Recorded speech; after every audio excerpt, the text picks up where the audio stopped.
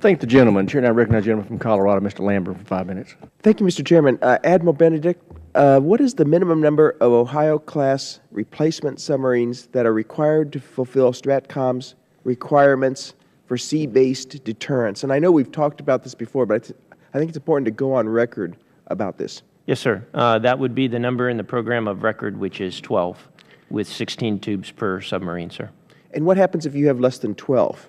So if we have less than 12, then we have done the analysis and provided that to STRATCOM.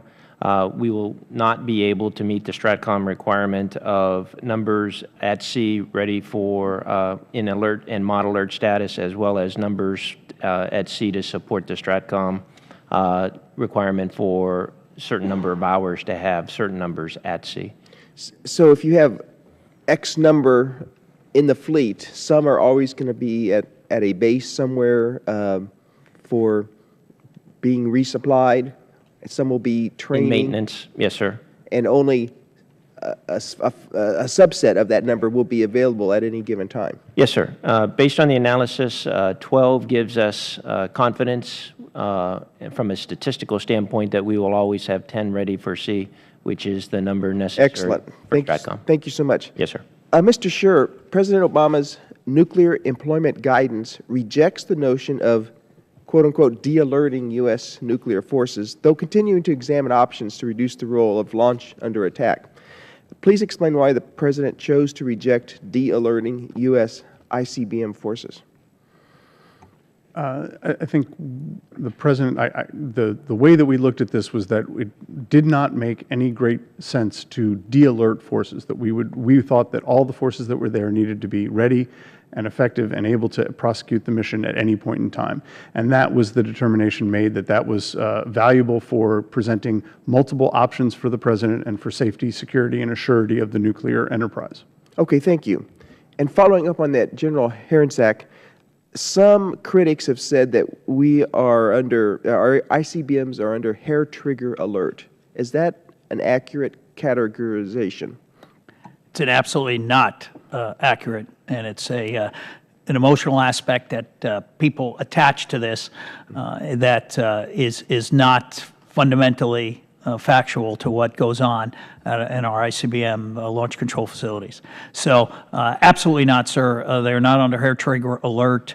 They are the very responsive, the most responsive aspect of our nuclear triad, but that characterization is inaccurate and unfair. And thank you for clarifying, and there are many safeguards and checks and balances that are put into place, right? There's a holistic system of safeguards put into place, absolutely, sir. Thank you. And I've been to F.E. Warren and seen the underground command center, and I've seen how this has tremendous amounts of fallback, fail-safe provisions, and it's a great thing that's been done in setting up the system in an appropriate way. But nevertheless, the Nuclear Enterprise Review in 2014 identified a whole bunch of corrective actions, that the Air Force should carry out to fix leadership, morale, culture, and other problems. And some of those were in the ICBM force. So what actions are being taken to improve the ICBM force?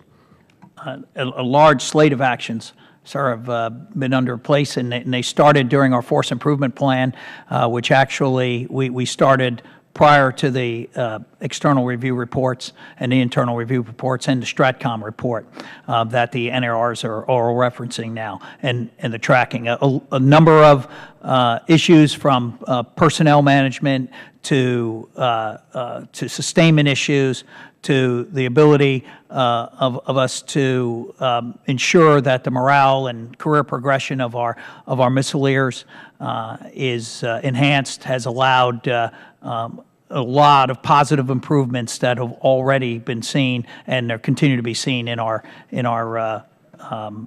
ICBM force.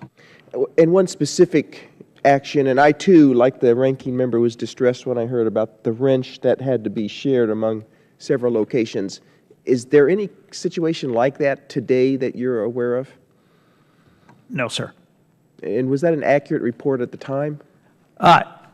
It is, actually, there's, like everything else, there's a little bit more to the story. That particular wrench was only used about 5 times in 8 years.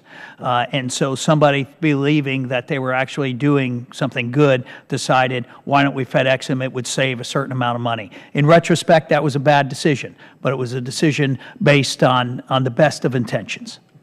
All right, thank you, gentlemen, all for your service.